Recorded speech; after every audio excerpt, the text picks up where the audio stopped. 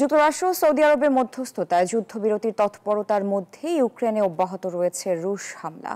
পৃথক অঞ্চলে চালানো হামলায় কমপক্ষে ২৫ জনের প্রাণহানি হয়েছে, আহত হয়েছেন অনেকে।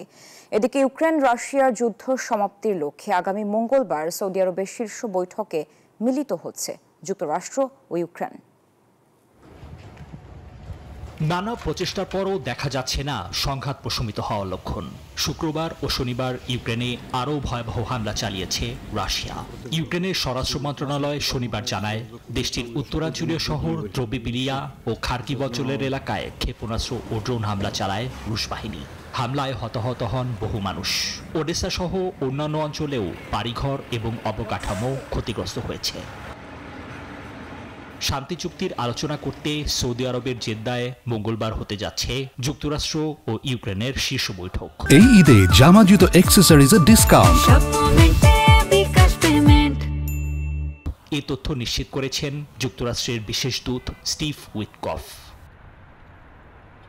মার্কিন প্রতিনিধিদের সাথে গঠনমূলক আলোচনার জন্য ইউক্রেন পুরোপুরি প্রতিশ্রুতিবদ্ধ বলে জানিয়েছেন দেশটির প্রেসিডেন্ট ভলোদিমির জেলেনস্কি। এদিকে যুদ্ধবিধ্বস্ত ইউক্রেনকে সমর্থন করার জন্য মার্কিন প্রেসিডেন্ট ডোনাল্ড ট্রাম্পের কাছে আহ্বান জানিয়ে হোয়াইট হাউসের কাছে শনিবার বিক্ষোভ করেছেন আন্দোলনকারীরা। এ সময় তাদের হাতে ছিল বিশ্বের বৃহত্তম ইউক্রেনীয় পতাকা, মুখে মুখে ছিল রুশ বিরোধী স্লোগান। নিবির আমিন, নিউজ 24।